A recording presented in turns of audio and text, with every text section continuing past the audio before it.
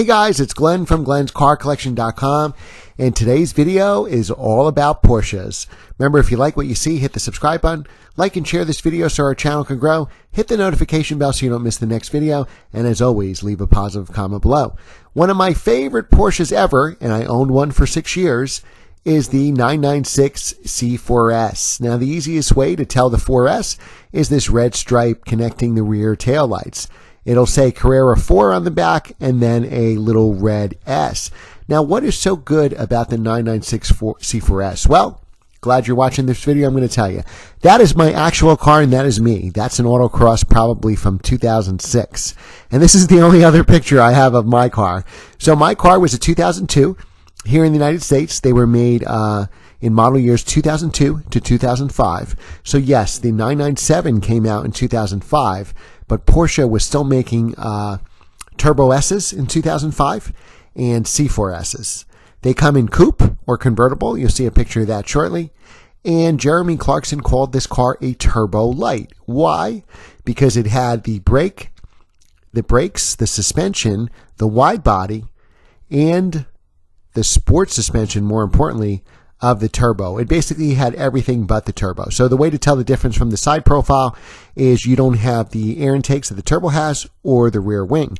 Now, there is a spoiler that does come up when you go 75 miles an hour or higher and then comes back down at low speeds. There is a picture of the convertible there. This is one of my favorite colors for it, cobalt blue. And my car was lapis blue.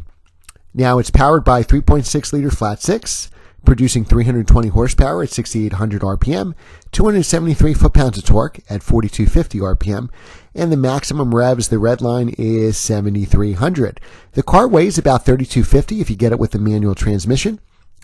A 5-speed Tiptronic automatic is available, but trust me, remember, these weren't the PDK days. These were the Tiptronic days, so you definitely want to get the manual transmission.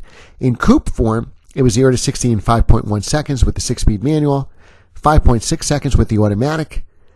The convertible is a little heavier, so it's about a half a second slower for each.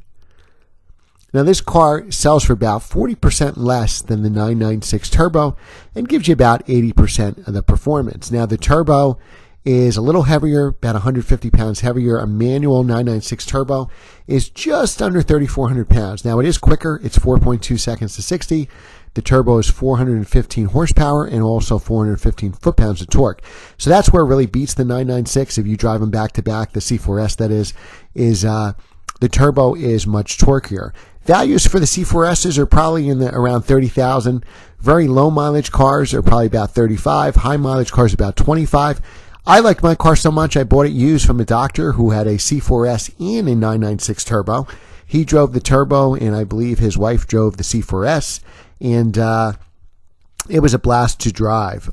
Brand new, they were about 80,000 was the sticker with no options. Fully optioned up, they would be about $88,000 or $90,000, and they are just a blast to drive. They're all-wheel drive.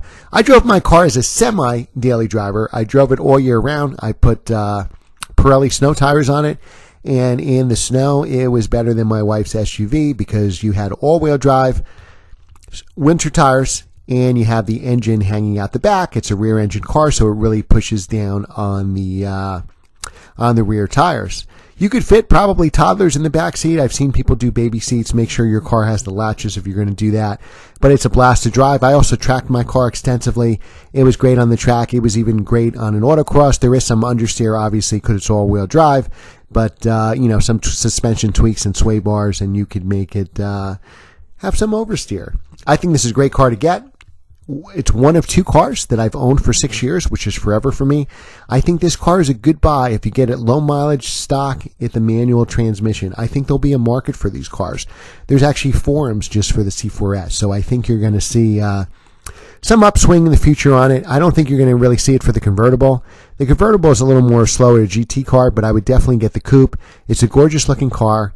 It's fun to drive. It's a very analog car, so going through the gears, even if you drive a modern stick shift car, it's a lot more digital than this car is. So when you go back to it, even when I bought mine in 2006, I bought a 2002 model, it still felt like a very analog car compared to the 997. So you can't go wrong. Just you got to watch out for IMS, RMS, so get a good PPI. But it could be a fun car to drive. There I am. And a car that you can cherish for years and hopefully even go up in value a little. Thanks again for watching, guys. Remember to like, share, and subscribe, and I will see you next time.